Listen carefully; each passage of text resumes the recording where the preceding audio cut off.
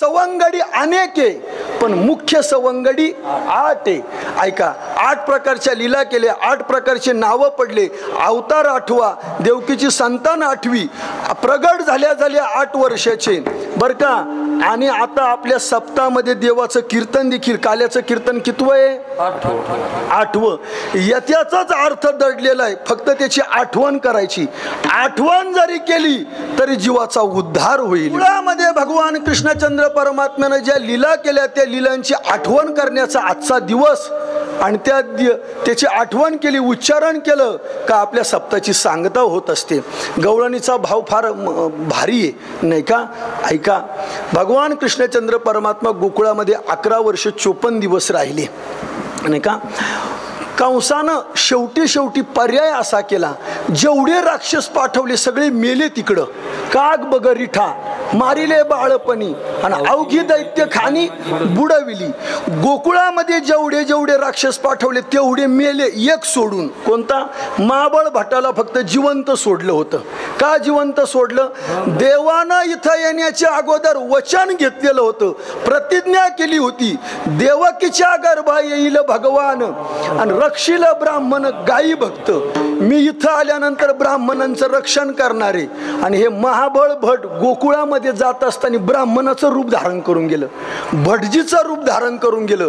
त्याची फजिती केली पण त्याला मारलं नाही. बाकी जे गेले, आघासूर गेला, बकासूर गेला, सगळ्यांना देवाने मारून टाकले. म्हटले कृष्णचरित्र पहा, सगळे मारले. कन्हैयालालला काही होत नाहीये, बलराम दादाला काही होत नाहीये.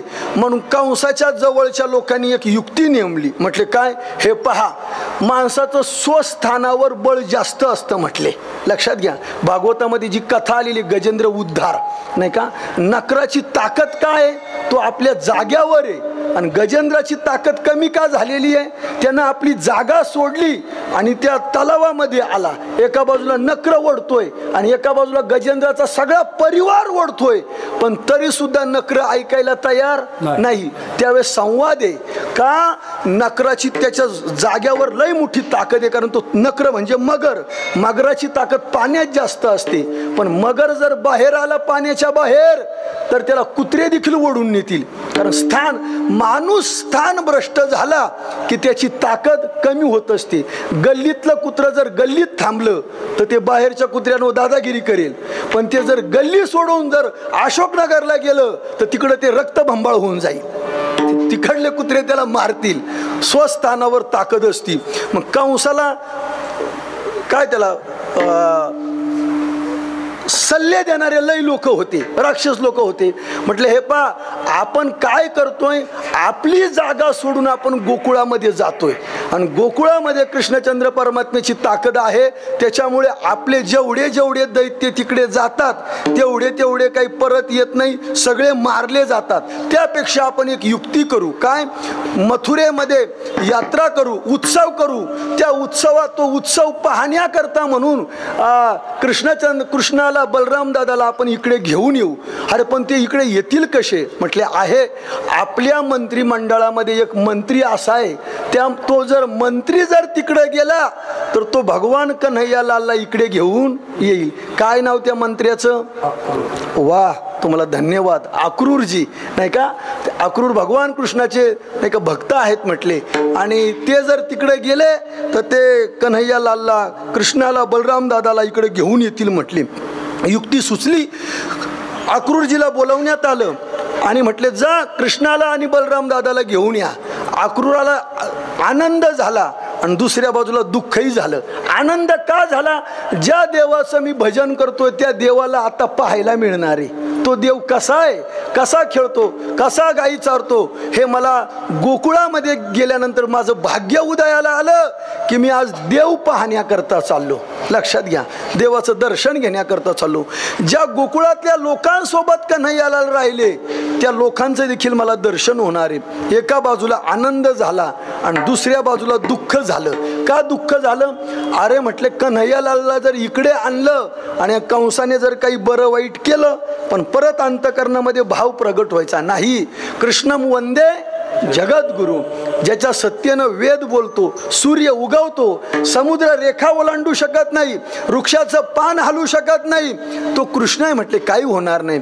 महाराज देवाला आणण्याकरता मंत्री होता, त्या मंत्र्यानं एखादा सेवक देखील गाडी चालवण्याकरता नेला असता नाही का.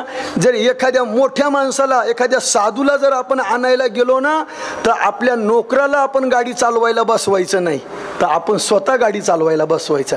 अक्रूरजीनं कुठला सेवक सोबत घेतला नाही. रथ एवढा भारी सजवला का मी देवाला आणायला चाललोय. रथ सजवला, स्वतः चालवण्याकरता बसले आणि गोकुळचा रस्ता पकडला. यमुना मैया पार केली. वृंदावनामध्ये तो रथ दाखल झाला आणि सायंकाळची वेळ झालेली होती. काय दृश्य पाहिलं अक्रूरजींनी. छोटी छोटी गैया, छोटे छोटे ग्वाल, छोटो स्वमेरो मदन गोपाल. नाही का, आगे आगे गैया, पीछे पीछे ग्वाल, बीच में मेरो मदन गोपाल. घास खावे गैया, दूध पीवे ग्वाल, माखन खायो मेरे मदन गोपाल. वृंदावनातलं भजन आहे नाही का. काली काली गैया, गोरे गोरे बा, श्यामा बरस मेरो मदन गोपाल. कृष्णचंद्र परमात्म्याला पाहिलं. काय पाहिलं अक्रूरजीनं. गायी चालल्या गोकुळच्या दिशेनं. त्या गायींच्या कळपाच्या मध्ये भगवान कृष्ण परमात्मा बासरी वाजवत आहे. सगळ्यांना आपल्याला गोकुळात जायचंय 5 मिनिटं. इकडे लक्ष द्या बरं का, डोळ्यासमोर दृश्य आणा. गायी चालल्या, छोट्या छोट्या गायी चालल्या, पाठीमागे पण गायी, पाठीमागे गोपाळ आहे. कृष्णचंद्र परमात्म्याच्या अवतीभोवती गोपाळांचा घेरा आहे. कन्हैयालाल बासरी वाजवत आहे आणि बासरी वाजवत असताना त्या मोहक बासरीवर सर्व गोपाळ गायी गोकुळाच्या दिशेनं चालल्या. सूर्य मावळायला गेलेला आहे. सूर्य मावळतीच्या दिशेला गेलेला आहे. गायी राखीतो 9 लाख, भगवान परमात्म्याच्या 9 लाख गायी आणि गोपाळांच्या त्याच्यामध्ये गायी. एवढ्या गायी चालल्यानंतर त्या वृंदावनाची माती आपण पाहिलेली कशी आहे. त्या गायी पुढे चालल्यानंतर त्यांची धूळ उडत होती, अशी रजकण उडत होते आणि एवढे सगळे रजकण भगवान कृष्ण परमात्म्याच्या चेहऱ्यावर पडत होते. तो जो त्या रजकणांची माती, ते कण, धुळीचे कण कन्हैयालालच्या मुखावर पडले ना, तो जो रंग बनला ना, त्याचंच नाव पांडुरंग आहे नाही का. पांडुरंग ऐका, हे मनमोहक दृश्य अक्रूरजींनी पाहिलं. यमुनेवर स्नान केलं आणि महाराज काय केलं.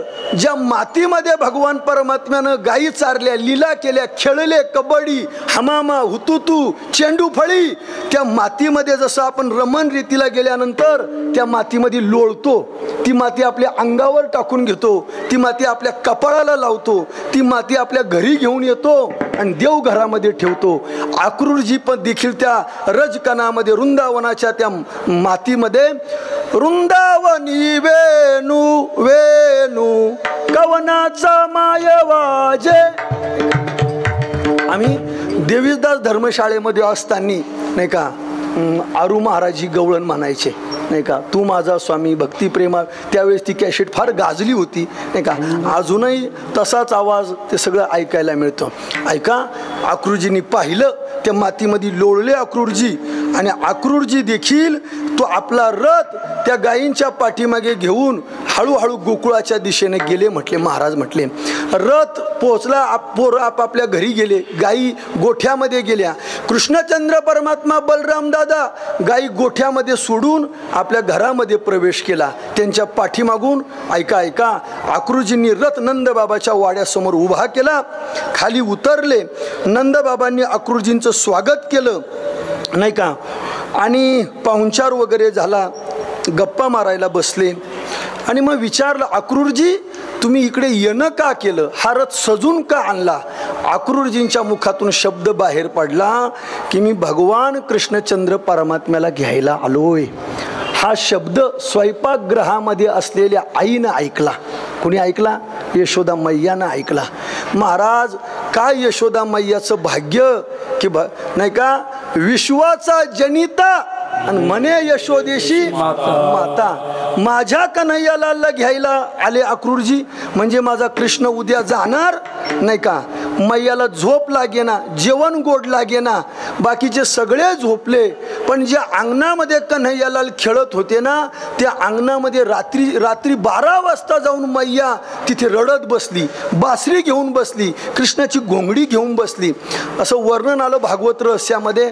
कन्हैयालाल आईजवळ गेले आणि म्हटले, हे मा का रडते म्हटले तू. एक गीत आहे चित्रपटातलं, ते कुठल्या चित्रपटातलं मला काही माहिती नाही, पण त्याचा भाव फार भारी आहे. गुरुजी तुम्ही स्वर लावून धरा ना, स्वर धरा. तू कल चला जाएगा तो हम क्या करेंगे, तू याद बहुत आएगा तो हम क्या करेंगे. म्हटले कन्हैया तू उद्या निघून जाणार आहे, या अंगणामध्ये कोण खेळणार, या गाई कोण चारायला घेऊन जाणार, ही मडकी कोण फोडणार, कोण मला आई म्हणणार, कोण मला बासरी वाजवणार नाही का. रात्र रडण्यामध्ये गेली आणि पहाट झाली. पहाटे एक गवळण यमुने तटावर चालली होती आणि तिनं हा सजवलेला रथ पाहिला नंदबाबाचा, आणि यशोदा अंगणात आली, अंगणातून घरात गेली आणि ती गवळण म्हणती यशोदेला, कोठे गे सावळा. गवळण म्हणती यशोदेला, कोठे गे सावळा. आरत शृंगारीला, सांगे ओ मदला.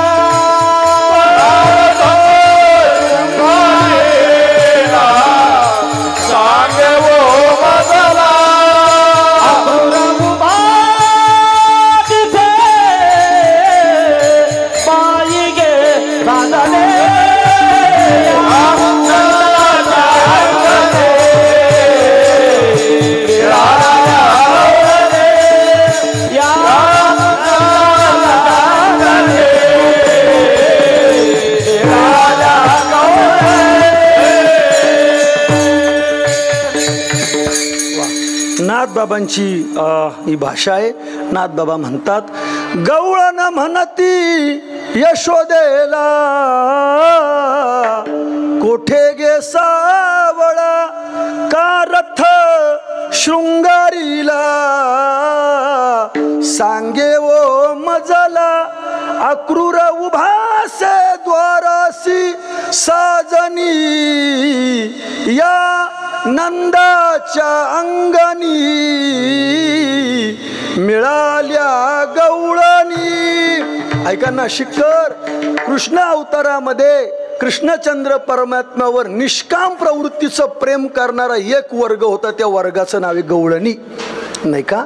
आपल्याला भाव माहिती आहे, देवाचं डोकं दुखायला लागलं म्हणे, आणि नारदाने विचारलं काय झालं डोक्याला, म्हटले एवढं जग सांभाळायचं, लय डोकं दुखते म्हटले. म्हटले काय औषध आहे, म्हटले औषध आहे, माझ्या भक्ताच्या पायाखालची माती जर माझ्या डोक्याला लावली ना, तर ती माती कपाळाला लावल्याबरोबर माझं डोकं शांत होईल म्हटले.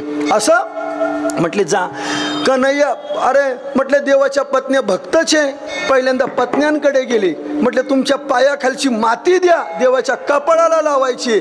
म्हटले नारदा तू पागल झाला का, अरे आमच्या पायाखालचे रचकन देवाच्या कपाळाला जर लावायला घेऊन गेला तर आम्हाला नरकामध्ये जावं लागेल ना. म्हटले देवाचं डोकं बरं होईल, पण आम्हाला कुठे जावं लागेल, नरकात जावं लागेल. अक्रूरजी सगळीकडे फिरले, कुणीच आपल्या पायाखालची माती देवाला डोक्याला लावण्याकरता दिली नाही. परत आले, म्हटले अहो म्हटले मातीच मिळाली नाही तुमच्या डोक्याला लावण्याकरता. मग कन्हैयाला भगवान परमात्म्यानं विचारलं, तू वृंदावनात गेला होता का. नाही म्हटले. तिथं जा म्हटले, माझ्या गवळणींकडे मागून मग म्हटले माती. आले वृंदावनात नारद मुनी, त्या गवळणींना सांगितलं कृष्णाचं डोकं दुखतंय, औषध पाहिजे. काय औषध आहे, तुमच्या पायाखालची माती रजकण देवाच्या कपाळाला जर लावले तर डोकं शांत होईल, देवाचं दुखणं थांबेल म्हटले. सगळ्या गवळणींनी पुड्या भरल्या मातीच्या, ह्या आमची ही माझ्या पायाखालची माती लाव, माझ्या पायाखालची माती लाव. नारद मुनी म्हटले अरे देवाचं डोकं बरं होईल, पण तुमची ही माती कृष्णाच्या कपाळाला लावल्यानंतर तुमची काय गती होईल माहिती आहे, तुम्हाला नरकात जावं लागेल ना. त्या गवळणींचं उत्तर आपण सगळेजण घरी घेऊन जाऊ. त्या गवळणी म्हटल्या, अरे नारदा, आमच्या कानाचं डोकं आमच्या पायाखालच्या रजकन जर लावल्यानंतर बरं होत असेल ना, तर एकच जन्म काय, आम्ही 100 जन्म नरकात जायला तयार आहे. एवढं प्रेम गवळणींचं कृष्णावर होतं नाही का. त्या वाड्यामध्ये रथ सजलेला पाहिला आणि विचारलं त्या यशोदा मैयाला, का हो, कुणाचा आहे हा रथ? हा रथ इथं का आला? इथं सजलेला काय? तुम्ही का रडताय नाही का. बोले नंद ची पटराणी सद्गदित होवनी मथुरेसी चक्रपाणी जातो गे सजनी विवळ झाले हे मन वचन ऐकोनी या नंदाचे अंगणी मिळाल्या गवळणी. नंदाची पट्टराणी म्हणजे यशोदा मैया बोलू लागली, अगं गवळणींनो, आपला कन्हैयालाल उद्या जातोय आपल्याला सोडून आणि त्याचं ब्रीद आहे, तो जर एकदा गेला का इथे परत येणार नाही म्हटले नाही का. त्याला पुढं लई काम करायचंय म्हटले, चाललाय निघून. कोण आलं घ्यायला म्हटले त्याला? म्हटले कंसाचा मंत्री आला. काय त्या मंत्र्याचं नाव? आजी खेळू द्या त्याला. काय मंत्र्याचं नाव?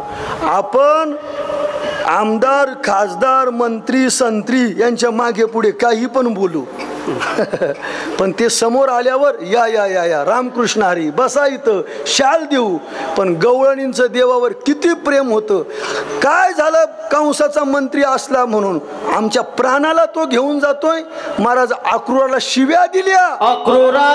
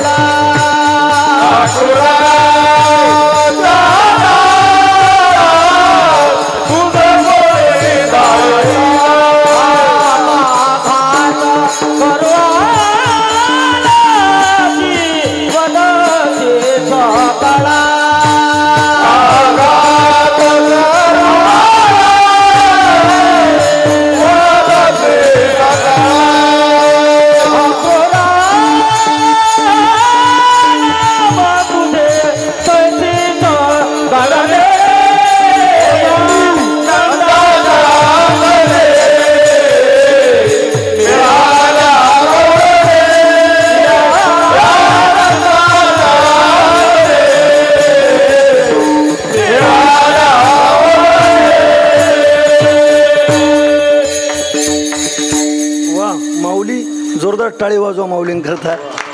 वा अक्रूरा चांडाळा तुझं कोणी धाडिला. अक्रूराला चांडाळ म्हटले, शिव्या द्यायला लागल्या. कुणी पाठवलं तुला? का घात करू आलासी वधसी सकळा अक्रूरा तुझे नाव तैशीच करणी या नंदाचे अंगणी मिळाल्या गवळणी. महाराज देवा करता रडणारे लय्य हो, पण देव ज्यांच्या करता रडतो ते गवळणी आणि गोपाळे. रथी चढले वनमाळी आकांत गोकुळी भूमी पडल्या व्रज भाळी कोण त्या सांभाळी नयनीच्या उदकाने भिजली धरणी. काय देवावर प्रेम होतं. देव नंदबाबाच्या वाड्याच्या बाहेर पडले. बासरी कस्तुरी तिलकम ललाट पटले वक्षस्थले कौस्तुभम नासाग्रे वरमोक्तिकम करतले वेणू करे कंकणम सर्वांगे हरिचंदनम सुललितम कंठे च मुक्तावली गोपश्री परिवेष्टितो विजयते गोपाल चूडामणी. अशा प्रकारचं शृंगार करून कन्हैयालाल बाहेर पडले आणि रथावर चढले. रथी चढले वनमाळी आकांत गोकुळी. गोकुळात आकांत मांडला, सगळे रडायला लागले. हे झाडं हालण्याचे बंद झाले, वारा शांत झाला. वासरस सकाळची वेळ होती, गाईला प्यायचे बंद झाले. गायी रडायला लागल्या. आपल्याला राखणारा आज निघून चाललाय. वासरा म्हटले आपल्याला आपल्या अंगावरून हात फिरवणारा कन्हैयाला आता आपल्याला सोडून चालला. गोकुळातल्या गायी रडायला लागल्या, वासरा रडायला लागली, पशुपक्षी रडायला लागली. जी धरणी माता आहे ती वज्रासारखी लोखंडासारखी कठीण झाली.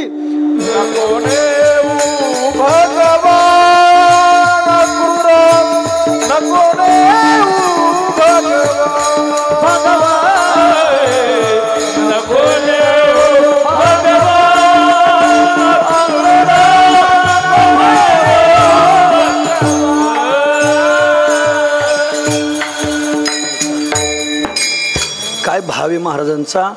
माय बापही हंबरडा फोडी हरणे धेनू समान नको नेऊ भगवान वृंदावनीच्या सकळ जनासी देय भडे जीवदान हे अक्रूरा नको नेऊ भगवान. हे अक्रूरा, गवळणी म्हणता हे अक्रूरा तुला काय पाहिजे? ही संपत्ती पाहिजे घेऊन जाय, हे घर पाहिजे आमचं घेऊन जाय, हे सोनं पाहिजे घेऊन जाय. हे अक्रूरा तू जर म्हणत असेल ना तर आमचा प्राण आम्ही तुला, आमचा जीव तुझ्या पायावर ठेवू. फक्त एकच कर, आमच्या जीवाला प्राणापेक्षा प्रिय असणारे आमच्या कृष्णाला घेऊन जाऊ नको. रडताय गवळणी. नाथबाबा सांगताय त्या रथाच्या पुढं आडव्या पडल्या गवळणी. लक्षात घ्या, रथ जाऊ देती ना. महाराज गोकुळातल्या गवळणींचं गोपाळांचं प्रेम पाहिलं तर त्या कृष्णाला देखील रडू थांबवे ना. कन्हैयालाल रडायला लागले आणि काय म्हणताय, देव बोले अक्रूरासी वेगी हाकी रथासी या गोपीच्या शोकासी मज न पहावेसी. नाही का, एका जनार्दनी रथ गेला निघोनी निघोनी निघोनी या नंदाचे अंगणी मिळाल्या गवळणी. म्हणून वृंदावन गोकुळ ही जी भूमी आहे ना ती प्रेमाची भूमी, भक्तीची भूमी आहे. लक्षात घ्या, भक्ती मातेला तारुण्य हे वृंदावनामध्येच प्राप्त झालं. नाही का, आपल्याला माहिती आहे भागवतामध्ये प्रसंग आहे तो. गेला रथ, देवाने सांगितलं आपल्याला नाही का धर्माचं काम करायचंय. म्हटले अक्रूरा इथंच जर आपण थांबलो तर आपल्याला कंसाला मारता येणार नाही रे दादा. या गोपीचं प्रेम मला, यांचं रडणं मला पाहवत नाही. इथून या गर्दीतनं रथ काढ. त्या गर्दीतनं रथ काढला, गेला रथ. गोकुळ सोडलं, वृंदावन सोडलं. बघता बघता रथ निघून गेला. वेळ झाल्यामुळे 11ला 5 मिनिटं बाकी असताना रथ निघून गेला. तो आला मथुरेमध्ये आणि लगेच तिकडे त्या हत्तींचा वध केला. उन्मत्त असणाऱ्या त्या कपडे घेऊन जाणाऱ्या त्या कंसाच्या सेवकाचा वध केला. कुब्जेचा उद्धार केला. चाणूर मुष्टिकेंचा, त्या पहिलवानांचा वध केला मल्लयुद्ध करून. आपल्या कंस अत्याचारी मामाला भगवान कृष्ण परमात्म्यानं मारलं आणि महाराज आईबापाची सुटका केली. उग्रसेनाला गादीवर बसवलं. 14-15 वर्ष तिथं थांबले. तर ते कंसाचा सासरा होता कोण, जरासंध. त्यानं 17 वेळा आक्रमण केले होते. 17 वेळा यायचा, पराभूत व्हायचा, निघून जायचा. त्याचं मरण कृष्णचंद्राला परमात्म्याला माहिती होतं, हे भीमदादाकडनं याचं मरण आहे म्हणून याला मारता येणार नाही. म्हणून मग तो 18व्या वेळेला त्या काल यवनाला घेऊन आला. काल येऊन आला आणि मग तिथून पळ काढला. गिरनार पर्वताला गेले, तिकडं त्या गुहेमध्ये शिरले. त्या काल यवनाला घेऊन आपलं वस्त्र त्या काल यवनाच्या अंगावर टाकलं. तो आला, त्यानं विचार केला कृष्ण पळून पळून दमला आणि ते झोपला म्हणून लाता मारायला सुरुवात केली. कोण आहे काहीच पाहिलं नाही. तिथून मुचुकंद राजा उठला, त्यानं पाहिलं त्या काल यवनाकडे, तो जळून भस्म झाला. तिथून गोवर त्या गिरनार पर्वताच्या वर गेले म्हटले. त्या पर्वताला आग लावली ह्या जरासंधानं. तर परमात्म्यानं तिथून उड्या वगैरे मारल्या. पुन्हा मथुरेत आले आणि मग कन्हैयालालनी विचार केला, अरे इथं जर आपण थांबलो तर या मथुरावासियांना खूप दुःख होईल म्हटले, त्रास होतोय. मग आपण इथून गेलं पाहिजे. मग कुठे जायचं तर परमात्म्यानं द्वारका नगरी निर्माण केली आणि त्या द्वारका नगरीची प्राणप्रतिष्ठा झाली आणि परमात्मा द्वारकेचे राजे झाले. राजा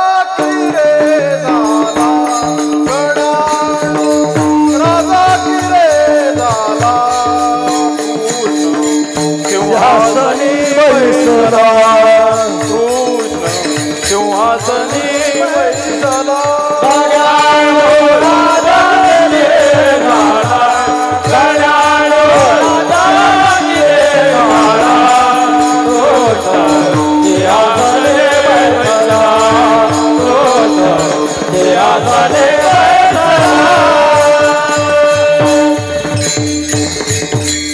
कोण राजा झाला?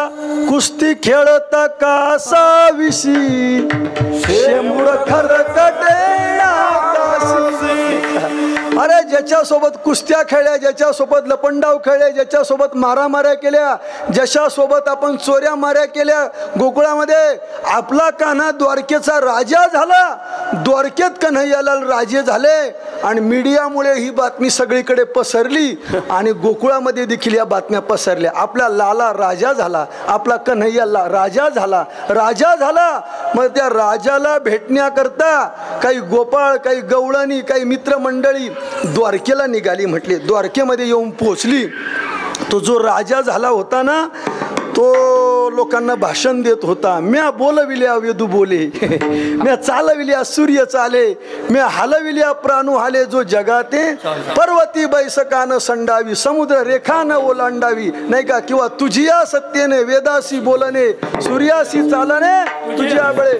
सगळे द्वारकेतला परिवार लोक समोर बसवले आणि कृष्णचंद्र परमात्मा म्हटले, जो मज होय अनन्य शरण, त्याचे निवारी मी जन्म मरण, या लागी शरणागती शरण्य मीची एकू. हे देवाचं जे प्रवचन चालू होतं ना, त्या प्रवचनाला गोकुळ मधल्या गवळणी देखील बसलेल्या होत्या. गोकुळातल्या गवळणी बसलेल्या होत्या. त्या बाकीच्या सगळ्या गवळणी ऐकून घेत होत्या, पण त्यातली एक 60 वर्षाची गवळण होती बरं का. तिला मात्र हे कृष्णाचं बोलणं काय आवडलं नाही. ती म्हटली, काय म्हणू राहिला हा? मी देव आहे, मला शरण या, माझ्या सत्तेनं सर्व चालतं. आणि मग ती गवळण उभी राहिली आणि म्हटले, हे कृष्णा काय बढाया मारतो? चुरा चुरा कर चुरा चुरा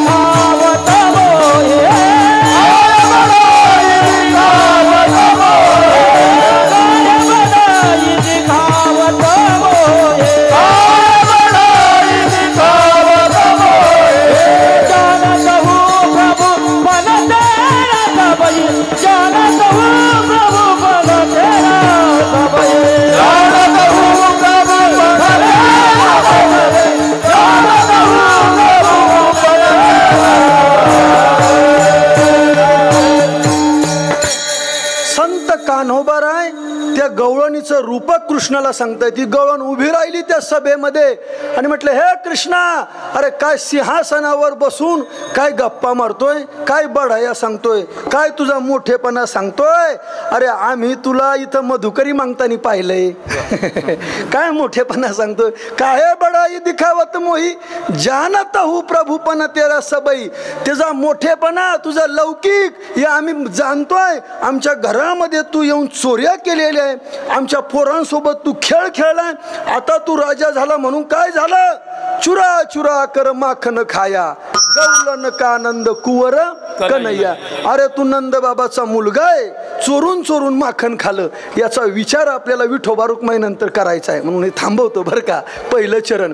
आणि तिसऱ्या चरणामध्ये महाराज म्हणताय, ती गवळण म्हणती तरी कन्हैयाला ओळख देत नाही. मोठे माणसं मतदान मागायला येताना ते वाकून येतात बरं का, आणि आपण जर त्यांच्याकडे भेटायला गेलो मग ते आपल्याला पर कागदपत्र द्यायला लागतात. आम्ही ह्या गावावरनं आलोय, आधार कार्ड द्यावं लागतं, पॅन कार्ड द्यावं लागतं. एवढं सोडून सुद्धा वशिला लवकर लागत नाही. लक्षात घ्या, कारण ते त्या गादीवर जाऊन बसते ना. म्हणून ती गवळण गोकुळामध्ये तू त्याची कन्हैयाच्याच घरामध्ये घडलेल्या एका आणि लीलेची आठवण करून देतात. गवळणीचं तिसरं चरण. और बात सुन उखाल सुगला,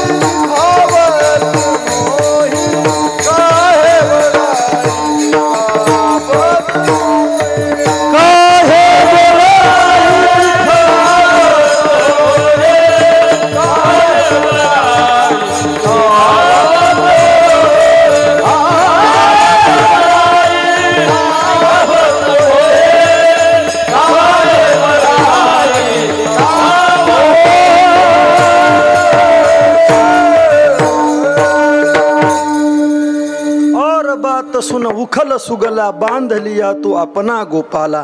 कान्होबारायांच्या मुखातून त्या गवळणीचं रूपक कान्होबाराय सांगताय. ती गवळण म्हणते, अरे तुझ्याच घरामध्ये एक दिवस तू आईला मंथन करू देत नव्हता. माझ्या अंदाजी जनाबाईंची ती गवळणी ना, आपण म्हणायचो पा सोड रवी सोड बाळा करू दे मंथना, करू दे मंथना, करू दे मंथना बाळा करू दे मंथना, करू दे मंथना बाळा करू दे मंथना, बाळा करू दे मंथना. सोड रवी सोड बाळा करू दे मंथना, करू दे मंथना, सोड रवी सोड बाळा करू दे मंथना, करू दे मंथना. दही दूध तूप लोणी तुला देते चक्र पाणी, आता तरी खेळ सदनी मन मोहना, मन मोहना. आणि का द्वारी उभ्या त्या गोपिका तुझ मारिता, ती हाका आली आली ती राधिका, डावी नेत्र खुना जनी म्हणे नाना रीती, समजावी ते कान्हा प्रती, सकळ जाणे तो श्रीपती अंतरीच्या खुना. सोड रवी सोड बाळा. आईला मंथन करून देत नव्हता कृष्ण, कन्हैया मंथन करून देत नव्हता. आणि ज्या मंथनाचा डेरा होता ना, तोच कन्हैयाला लात मारली, तो डेरा फोडून टाकला. सगळं दही दूध तूप लोणी म्हटले अंगणामध्ये पसरलं, घरामध्ये पसरलं. मैयाला राग आला, म्हटले लई खोड्या करायला लागला. थांब म्हटले, मी तुला आज बांधूनच टाकते.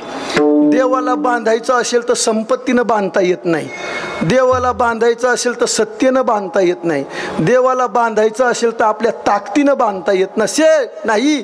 जगाच्या मालकाला जर बांधायचं असेल ना, कन्हैयाला बांधलं, त्या उखळ्याला बांधून टाकलं. म्हटले थांब, आज दिवसभर तुला या उखळ्यामधून सोडतच नाही. म्हटले माठ घेतला, यमुनेवर निघून गेली.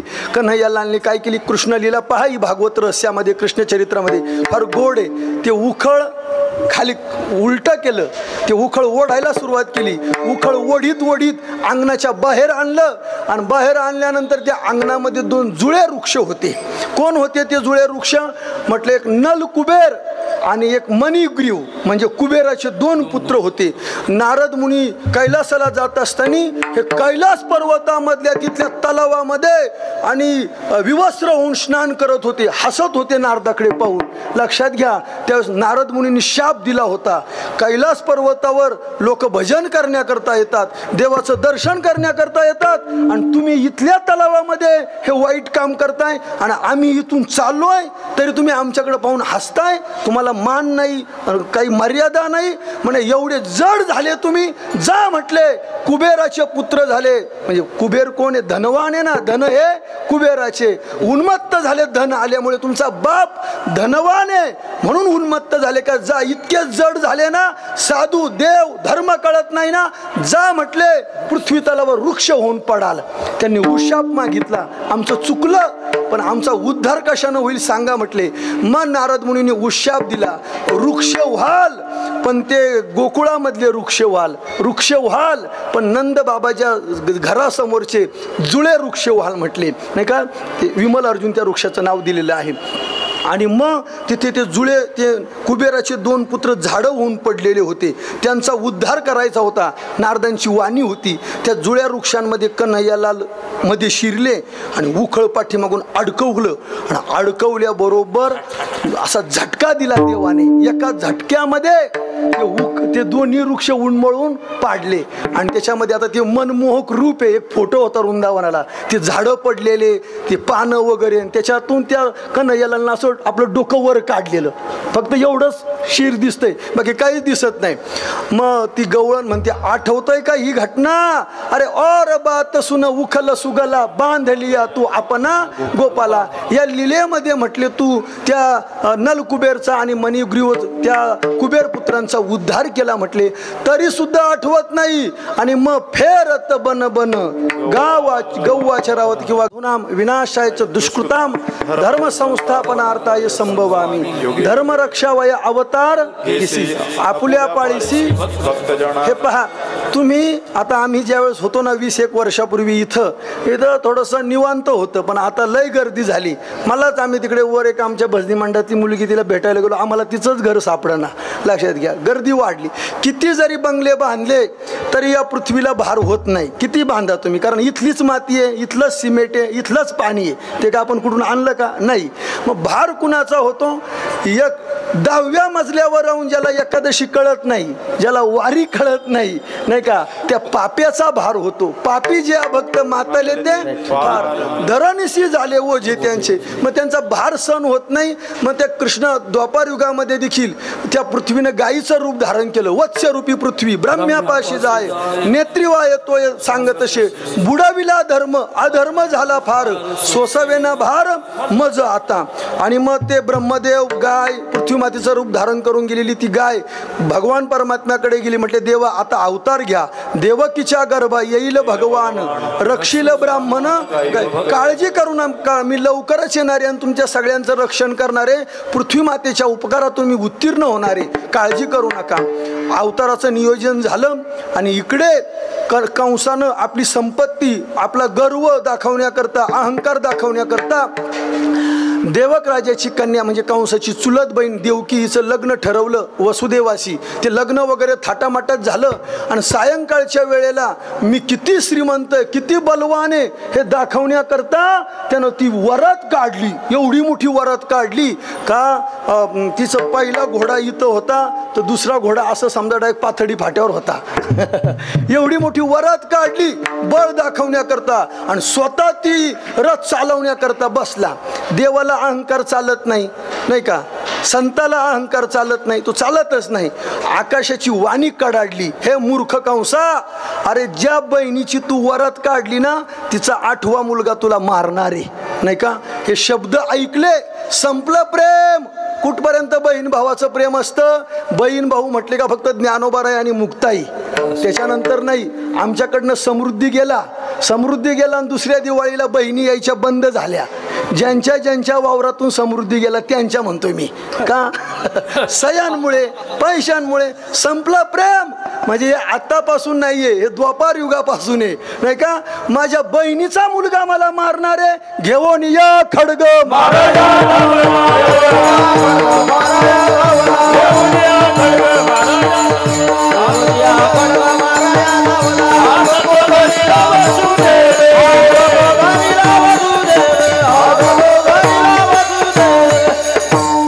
हातात खडग म्हणजे तलवार काढली आणि मारण्याकरता धावला. कुणाला? यशोदेला नाही, देवकीला.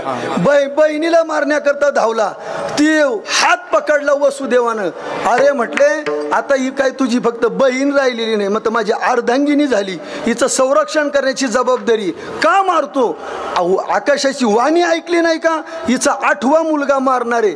वसुदेवानी युक्तिवाद केला. अरे हिचा 8वा मारणारे ना, हित नाही मारणार ना, हिला का मारतो?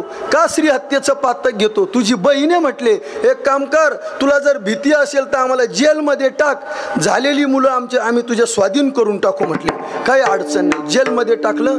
पहिलं अपत्य झालं. कंस गेला आणि ते उचललं, मारण्याकरता घेऊन चालला. पण कधी कधी दृष्टाच्याही मनामध्ये चांगला भाव निर्माण होतो. काय भाव निर्माण झाला? तो म्हटला मला 8वा भाचा मारणारे, मी पहिल्याला का मारू म्हटले, या पहिल्यानं माझा काय गुन्हा केला. म्हणून तो रिटर्न फिरला आणि ते जन्माला आलेलं बालक यश देवकीच्या मांडीवर देऊन टाकलं. म्हटले ताई मला 8वा मुलगा मारणारे तुझा, मी याला का मारू म्हटले. ऐका, ते मुलगा ठेवला आणि ते कंस, इकडे सगळेजण ऐका, कंस आपल्या सिंहासनावर येऊन बसला. पण हे नारदांना बातमी कळाली. नारदांनी स्वतःचं 200 रुपयाचं पेट्रोल टाकलं आपल्या बुलेटमध्ये आणि त्यांनी गाडी काढली, थेट मथुरेला आले. आणि कंसाला म्हटले का हो म्हटले तुम्हाला भाचा झाला, मग ते तुम्ही आकाशाची वाणी ऐकली नाही का? म्हटले अहो ते 8वा मारणारे, याला का मारू म्हटले मी. अरे तू वेडा आहे म्हटले, देव चतुर आहे नाही का. त्यांनी 8वा सांगितला, पण खालून 8वा का वरून 8वा सांगितलं का? ते त्यांच्या नियमानं काही नियम लागू करतील. आणि म्हटले तू म्हटले कसं काय? मग त्याने त्या नारद मुनींनी युक्ती केली, 8 असे पोरं उभे केले. आता समजा आपण इथं चौधर तुम्ही पुढे वाचवायचे, हो सर इकडे या तुम्ही. हा आता तुम्ही पहा, नारदानं जी युक्ती केली. नारद म्हटले मोजा तुम्ही इकडनं. म्हटले 1 2 3 4 5 6 7 8. आमच्या चष्मेवाल्या महाराजांपर्यंत 8 येतात. बलवान येते नाही का, त्यांच्यापर्यंत 8 आले. म्हटले हा 8वा येईल. म्हटले पहा ठेवील का तुम्हाला हा नाही का, एवढा बलवान आहे. म्हटले हा बरोबर आहे. म्हटले आता इकडनं मोजा 1 2 3 4 5 6 7 8. तर हा म्हटले 8वा येईल. हा दिसायला छोटा जरी असला पण काही सांगता येत नाही. म्हटले बरोबर आहे. पण म्हटले हा 8वा येऊ शकतो, हा 8वा येऊ शकतो. या मधल्या 6 जणांनी काय केलं आपलं, त्यांना कशा का करता मारायचं. ते नारद होते महाराज, त्यांनी कुठंच कुणाला सोडलं नाही. तर कंस काय चीज आहे, पुन्हा गोल राऊंड केला. राऊंड कसा केला? गोल केला. आणि गोल राऊंड केल्यानंतर कंसाला सांगितलं हे पाय मी तुझ्या हिताकरता सांगतोय, आता कुठल्याही मुलापासून मोज, कोणताही 8वा येईल. एक जण सोडला का पुढं मोजायचं, कोणताही 8वा येईल. तो आता कंसच होता बधीर त्याची बुद्धी हे पाहिल्यानंतर तो म्हटला खरं आहे नाही का. वधी बाळ काशी ठेवून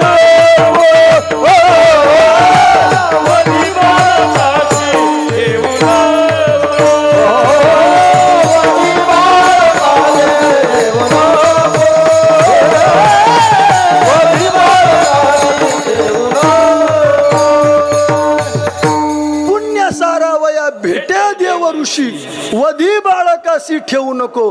का नारद मुनी गेले? म्हटलं याचं पाप वाढलं नाही तर कृष्णचंद्र परमात्मा मला लवकर येणार नाही. आणि म्हणून म्हटले हे पाय हे काय तुला करायचं ते कर, मी तुला सांगितलं बा. म्हटले चाललो मी निघून. कंस गेला कारागृहामध्ये. जन्माला आलेल्या पहिल्या अपत्याला मारलं, नंतर दुसऱ्या मारलं, तिसऱ्या मारलं, चौथ्या मारलं, 5व्या मारलं, 6व्या अपत्याला मारलं. 7वा मारला नाही. का? 7वा गर्भ योग मायेनं 7व्या महिन्यामध्ये बलराम दादा देवकीच्या हृदयात आपल्या उदरातून काढले आणि रोहिणीच्या उदरामध्ये नेऊन ठेवले. सगळ्याला माहिती आहे. 8वा प्रगट झाला दशरथे मारिला तोची होता मास वसुनाम तिथी बुधवार असे शुक सांगत असे. 8वा प्रगट झाला. 8 वर्षाचे कन्हैयालाल झाले आणि वसुदेव देवकी म्हटले का हो का रे तुम्ही 8 वर्षाचे प्रगट होऊन आले, आम्हाला आई बाबा कोण होणार? तर कन्हैयालाल म्हटले मला लहानच व्हायचंय, फक्त मी तुम्हाला एवढं सांगण्याकरता आलो की मला इथं ठेवू नका. मजने गोकुळाला म्हटले मला गोकुळामध्ये घेऊन जा. वसुदेवजी म्हटले अरे कृष्णा तू वेडा आहे का? अरे देवा आम्ही पाहणं म्हटले आमची अवस्था, पायात साखळदंड, हातात साखळदंड, अंगावर साखळदंड, उचलायचं कसं? उचलीला कमळापती बंधने पायीची गळती. म्हटले कन्हैयालाल म्हटले मला स्पर्श तर करा, सगळे बंधनं गळून जातील. आणि खरं आहे देवाला हात लावला, देव डोक्यावर घेतला का बंधनं गळतात. काळे साहेब बंधनं गळतात. आणि देव खाली ठेवला आणि मायेला डोक्यावर घेऊन आले का पुन्हा बंधनं फिट होतात. आता आपला 7 दिवस सप्ताह चालू आहे, सगळे बंधन मुक्त होतो. आनंद घेतला काकड्याचा, हरिपाठाचा, भजनाचा, ज्ञानेश्वरी पारायणाचा. का? 7 दिवस देव डोक्यावर होता. देवाला डोक्यावरून खाली ठेवलं आणि का मग परत इथून गेलो मग माया आपल्या सोबत येते. मग पुन्हा कामावर जाणे, पुन्हा कांदे बटाटे वांगे मार्केटमध्ये जाणं हे चालू होतं. देव डोक्यावर घेतला का आनंद आहे, मुक्त होतो महाराज. म्हणून सतत देव डोक्यावर ठेवायचा नाही का, देवाचं भजन घेत राहायचं. उचलला कमळापती, यमुना मैया पार केली, यशोदेजवळ ठेवलं, माया आणली. ती माया हातातून कंसानं आपटण्याचा प्रयत्न केला. तुझं लागी वधी उपजला मद आधी, मला काय मारतोय, तुला मारणारा माझ्या अगोदर जन्माला आलाय. परमात्मा गोकुळामध्ये आले, गोकुळीच्या सुखा अंत पार बाळ कृष्ण नंदा घरी आनंदल्या. कृष्ण गोकुळी जन्मला दृष्टा छळकाप नाही का, होता कृष्णाचा अवतार आनंद करती. असा आनंद गोकुळामध्ये साजरा झाला. आणि तो आनंद साजरा आता आपल्याला वेळ घड्याळ पुढे चाललं म्हणजे लवकर अर्ध्या मिनिटातच आनंद साजरा झाला. 6 दिवस आनंद चालला गोकुळामध्ये. 6व्या दिवशी कंसानं मीटिंग भरवली आणि म्हटले माझा शत्रू जन्माला आलाय, त्याला जो मारील हानील काही करून टाकील शोध लावील त्याला मी माझं या अर्धराज्य बक्षीस देऊन टाकील. लगे भरा भरा भरा भरा ABP माझा, G24 तास नाही का, आज तक, TV9 वा नाही का, सगळे चॅनलवाले सगळ्या बातम्या छापल्या गेल्या, टीव्हीवर हेडलाईन आली. आणि मग ती मुख्य बातमी मुंबईला पुतण्यानं ऐकली. माझ्या दादानं अशी चेतावणी दिली का अर्धराज्य देऊन टाकील माझ्या शत्रूला मारण्याचं. लगेच पुतण्यानं गाडी पकडली, ती श्रमिक नगरला आली, कारण काला चालू होता आज नाही का. आली पुतना. डोंगरेजी महाराज फार गोड सांगतात गाड्या. संदीप महाराज डोंगरेजी महाराजांच्या भागवतात असं आलं पुतना. पुतना या शब्दाचा अर्थ काय? पुत म्हणजे पवित्र, ना म्हणजे नाही. जी पवित्र नाही ती पुतना, जी बाहेरूनही राक्षसीने आणि आतूनही जिच्या विकार भरलेले आणि पुन्हा त्यावर तिनं विष भरलं स्तनामध्ये. ती म्हटले दादा अरे या 4-5 दिवसाच्या पोराला मारायचं काम एका हाताचा खेळ आहे माझा. म्हटले आत्ता जाते त्याचा शोध लावते मारून येते. मग पुतना निघाली जी पवित्र नाहीये, बाहेरून नाही आतून नाही. आतमध्ये तिनं विष भरलं स्तनामध्ये पण बाहेरून देखील सौंदर्य धारण केलं. पुतना मथुरेवरून गोकुळामध्ये जायच्या अगोदर ती डायरेक्ट गोकुळाला गेली नाही महिला मंडळ, मग ती 2 तास पहिल्यांदा ब्युटी पार्लरमध्ये गेली. 2 तास थांबली पुतना आणि मग तिनं ते सौंदर्य धारण केलं. ती बाहेर आली, अप्सरेसारखं तिचं सौंदर्य. तर त्या पुतणीनं म्हटले मुलं मारले. ते काय गोकुळामध्येच नाही मारले, पहिला प्रयोग तर तिनं मथुऱ्यामधल्या मुलांवर केला. मथुरेतले पोरं मारले. मारीत मारीत मारीत ती गोकुळामध्ये आली, नंदबाबाच्या वाड्यासमोर आली. मला असं वाटतं श्रीगुरु म्हणायचे ती पुतना बरी होती. का बरी होती? ती दुसऱ्याचे पोरं मारित होती. द्वापार युगात एकाच पुतना होती, आता गल्ली गल्लीत पुतना झाल्या. सर्वांची माफी मागून सांगतो. बरं ती पुतना का बरी होती? तिनं दुसऱ्यांचे पोरं मारले, जन्माला आलेले पोरं मारले. ज्या पुतना जन्माला न येण्याच्या अगोदरच पोरं मारताय त्या पुतण्याला देव सोडील का? नाही सोडणार. लक्षात घ्या. सांग ना आई मला कोण वाचवणार, तुझ्या विना जन्मासी मला कोण घालणार. अरे याच्यातून एवढं जरी घेऊन गेलात ना या काल्याच्या कीर्तनातून लई झालं. लक्षात घ्या. पुतना आली नंदबाबाच्या वाड्यासमोर 11:30 वाजत आले होते. म्हटले कुठं आहे कृष्ण? यशोदा मैया म्हटले आत्ताच त्यानं स्तनपान केलं झोपी गेलाय. कन्हैयालाल पाळण्यातून म्हटले आई अगं मी काही तर झोपा काढायला आलो का?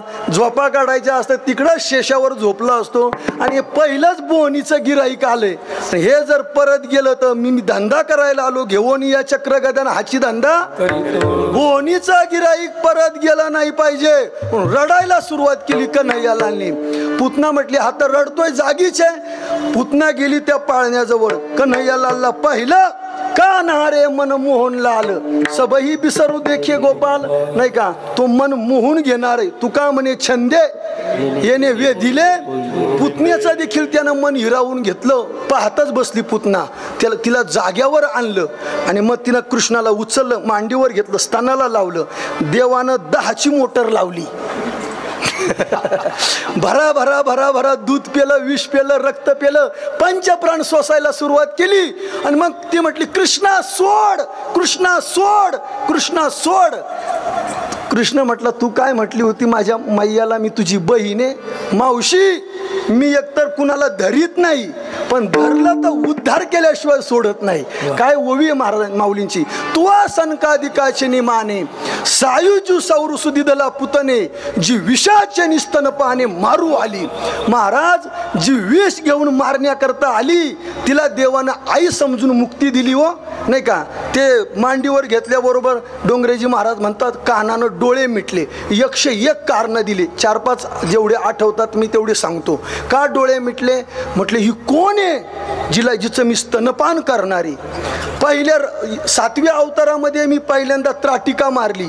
आताही पहिल्यांदा श्रीच मारतोय. काय कारण? हे मी इथं दूध प्यायला आलो होतो माखन खायला आलो गोकुळामध्ये आणि इथं तर मला 6व्या दिवशीच काय प्यायला लागू राहिलं? विष. हे विष प्यायचं काम आपलं नाही. कुणाचं आहे मग ते? कुठल्याचं? कुणाचं आहे? भोले बाबाचं. कुठले भोले बाबा? सातपूरचे नाही कैलास भरवतावरले. त्यांचं स्मरण करण्याकरता डोळे मिटले. का डोळे मिटले? अरे ही माझी आई झाली हिला कोणती मुक्ती देऊ बरं का असे विचार करण्याकरता प्रभूनं डोळे मिटले. तिचा उद्धार केला कृष्णानं. ऐका कृष्णाचा स्पर्श तिला झाल्यामुळे चंदनाचा सुगंध तिच्या शरीरातून निघाला. एक लक्षात घ्या महाराज आपला स्पर्श आपल्याला संसाराचाच झालाय. कधीतरी देवाचा असा स्पर्श होऊ द्या का या शरीराचा सुगंध सुटेल. नाही का तुका याही भूमंडळा माझी कीर्ती. तुका म्हणे गाजे वैकुंठी सोहळा याही भूमंडळा माझी. पुतना मेली वासावासानच कळालं कंसाला. गेली पुतना. महाबळ भट नावाचा राक्षस आला. भविष्य सांगायला लागला देवाचं. पुरून टाका मारून टाका चांगलं नाही हे पोरग कुळाचा नाश होईल. हा देव म्हटलं हे मात्र खरं होईल. हे कुळाचा नाश करणारे हे खरं होणारे. म्हटले कर माझी निंदा. पण तेवढ्यामध्ये यशोदा मैया म्हटली ओ महाबळ भटजी अहो गुरुजी हे काल आमच्या शेजारचे गर्गा मुनी आले होते त्यांनी तर चांगलं भविष्य सांगितलं माझ्या बाळाचं. देवाचा अवतार आहे आनंद देणारे सुख करणारे भक्तांचं रक्षण करणारे. तुम्ही असं काय म्हणता? काय कळतं त्या गर्गाला? कोण म्हटलं? हा महाबळ भट म्हटला. मग देवानं मात्र ऑर्डर देऊन सांगली सगळ्या अवयवांना काय विटंबीला भट दिला पाटावरी जाणवे तुटले पंचांग फाटले. भयानक अवस्था करून टाकली त्या महाबळ भटाची. पुढे देवानं अनेक राक्षस मारले जे आपण पहिल्यांदा म्हटलं. काग बगरी ठा मारिले बाळपणी अवघी दैत्य खाणे बुडविली. देव रांगू लागले तळवे तळहात टेकीत डाव्या गुडघ्यानं रांगत. आणि मग देवानं 11:30 वाजता 5-5 वर्षाचे पोरं एकत्र केले. याल तरी या रे लागे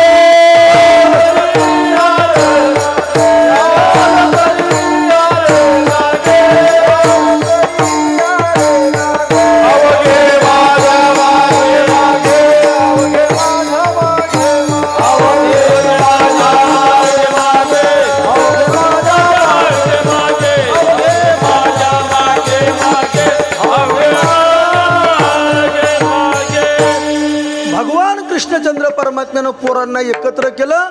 अरे म्हटले आपल्याला कंसाला मारायचंय, पुढे महाभारताचं युद्ध करायचंय, हे शरीर यष्टी चांगली झाली पाहिजे.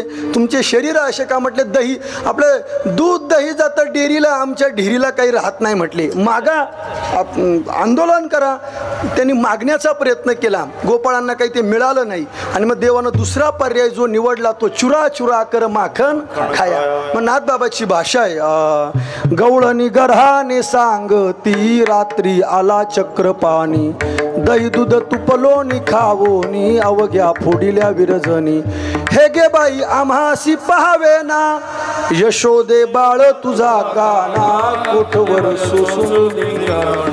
दुसरी आली धावत, याने गे बाय काय केली मा, मुखाशी मुख चुंबन देत, गळ्यामध्ये हात घालीत, धरू जाता सापडे ना, यशोदे बाळ तुझा काना, कोठवर अरे तिसरी गवर म्हटली आता काहीच नाही. तिसरी आली धावोनी, याने गे बाय काय केली कर, पतीची दाढी माझी वेणी, दोहीची गाठबाई कोणाशी सुटेना, यशोदे बाळ तुझा काना, कोटवर 60 वर्षाची गवळण त्या घराने सांगणाऱ्या बायांमध्ये होती, त्या गवळणींमध्ये होती. ती म्हटली अरे हा तुमचा खोड्या करतोय, याला म्हणा माझ्या घरी येऊन दाखव. नाही बांधलं तर नावाची अमुक अमुक नाही म्हटले, नाही का मी नाव घेत नाही कुणाचं, जर असली त्या नावाची बाई मग काय करायचं, मला बिलूला जाताच येणार नाही. म्हटलं येऊन दाखव. कृष्ण म्हटला बोबड्या पेंद्या, आज शनिवार आहे, दुपारनंतर सुट्टीची आपल्याला, कंपन्यांनाही सुट्टी आहे, त्या म्हातारीचा घर नंबर टिपून घ्या, आपल्याला बांधायची भाषा करते, थांबा म्हटले हिलाच आपण बांधू म्हटले. म्हातारीचा घर नंबर टिपून घेतला. रात्री 10 वाजले, सगळं गोकुळ झोपी गेलं, पक्ष्यांचे प्राण्यांचे आवाज काढले, गोपाळ बाहेर आले आणि गेले त्या म्हातारीच्या घरी, 60 वर्षाच्या गवळणीच्या घरी, मडके फोडले, दही दूध तुपलोणी खाली, मडक्यांची नासाडी केली. त्या बाहेर आले आणि म्हटले गोपाळांनो तुम्ही आता घरी निघून जा, उद्या सकाळी या गवळणीच्या घरासमोर म्हटले सोंग पाहायला मिळेल. कन्हैयालाल पोरं काढून दिले सगळे गोपाळ आणि कन्हैयालाल तिच्या शयनगृहामध्ये शिरले. म्हटले काय केलं, जाऊन मध्ये गेले आणि तिच्या पतीची दाढी घेतली, गाठ मारली, निघून गेले. सगळ्या पोरांना सांगितलं लवकर या, सकाळी 8 वाजता. पहाट झाली, पहाटे 4 वाजता सगळे नगर, श्रमिक नगर मधले इकडे पहा, ती गवळण उठली. पहिल्या गवळणी पहाटे उठायच्या, आता काही काही गवळणींची पहाट 10 वाजता आहे, सकाळी 10 वाजता ते निवांत उठतात. ती गवळण उठली, तिच्या वेणीला झटका बसला, ती ओरडायला लागली. म्हटले अहो आता वय काय झालं, माझी वेणी ओढू राहिले तुम्ही, त्रास झाला. शिव्या द्यायला लागली नवऱ्याला. दिवसभर पत्ते खेळतात, हरिपाठाचा टाइम झाला का मंदिरातून घरी निघून येतात. बऱ्याच म्हाताऱ्यांची अवस्था ही आहे, दिवसभर मंदिरामध्ये पडलेले असतात. हरिपाठाचं भजनी मंडळ आलं आणि त्यांनी रामकृष्ण हरी म्हटलं का ते म्हणतात हे लागले ओरडायला, आता चला घरी वा, म्हणजे दिवसभर यांचा परमार्थ चालू होता. म्हटले ती गवळण शिव्या द्यायला लागली नवऱ्याला. आता जसं हिच्या वेणीला झटका बसला तसं त्याच्याही दाढीला झटका बसला. ती म्हटली तुला काही काम राहिलं नाही, डबा करून देते आणि दिवसभर गप्पा करीत बसते आणि माझी आता दाढी ओढू राहिली, काही कळे ना काय झालं. नाथबाबा म्हणतात त्याच्यामध्ये घटना अशी घडली, ती गवळण होती उंच आणि गवळी होता बुटका, नाही का. ते चिमणी लावायला जायचं तर टुन्नुक टुन्नुक उड्या मारून जावं लागलं. ते दिवा वगैरे लावला, पाहिलं अरे बापरे इथं गाठ आहे. सोडण्याचा प्रयत्न केला सुटेना, तोडण्याचा प्रयत्न केला तुटेना, कापण्याचा प्रयत्न केला कापेना.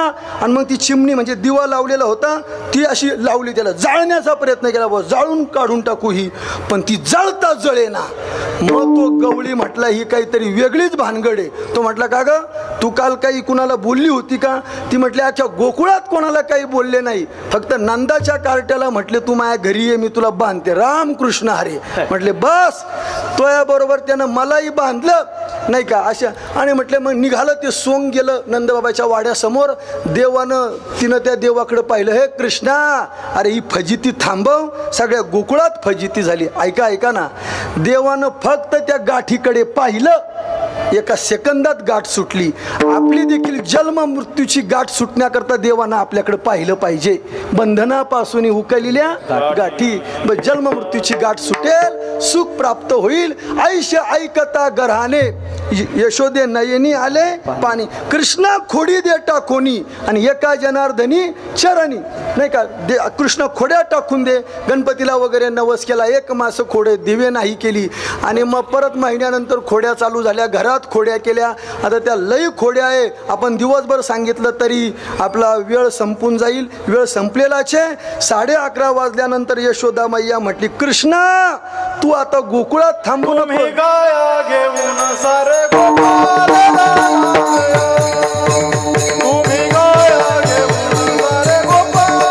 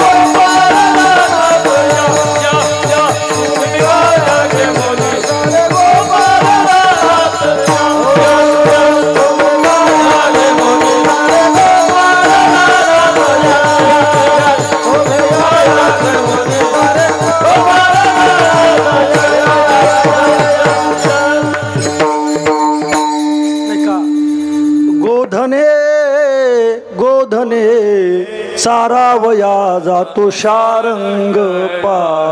मार्गी भेटली राधिका गवळ, कृष्णदान मागे निरी आसडोणी तवती देखिली यशोदा जननी. गोधने गोधने सारावया जातो शारंग पा. कन्हैयालालनी गायी चारल्या म्हणून आपल्याकडनं गोपालन घडलं पाहिजे. आमचं गुरुकुले बेलूला यावर्षी 63 मुलं होते, पण आमच्या दीनानाथ शास्त्रींनी सांगितलं हे मुलंही सांभाळा आणि त्याबरोबर एक गाय सांभाळा आपण, नाही का. म्हणून आपल्याकडनं गोपालन घडलं पाहिजे, गोरक्षण घडलं पाहिजे, नाही का. गायींचं पालन परमात्म्यानं केलं म्हणून तर गोपाल नाव पडलं. हमामा हुतुती हुमरी सगळे खेळ त्या ठिकाणी खेळले. आणि मग पोरं म्हटलं कृष्णा वेळ झाली, आता काही कीर्तनामध्ये सुख राहिलं नाही. स्वयंपाक तयार झाला, नाही का. जेवणाची वेळ झाली, आता कीर्तन थांबवा, आता खेळ थांबवा.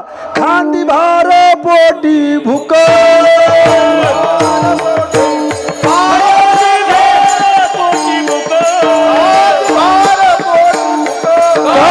खेळायाचे सुख, काय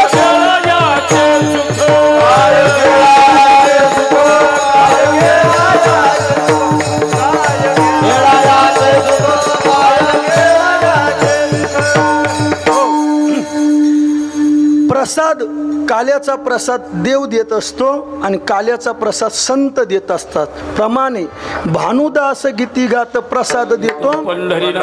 एकच टाळी झाली चंद्रभागे वाळवंटी, माझा ज्ञानराज गोपाळासी लायावाटी. जो काला वृंदावनात झाला, जो काला पंढरपूरमध्ये झाला, तोच काला आपल्या श्रमिक नगरमध्ये 28व्या वर्षाची सांगता होत असताना या ठिकाणी होत आहे. आणि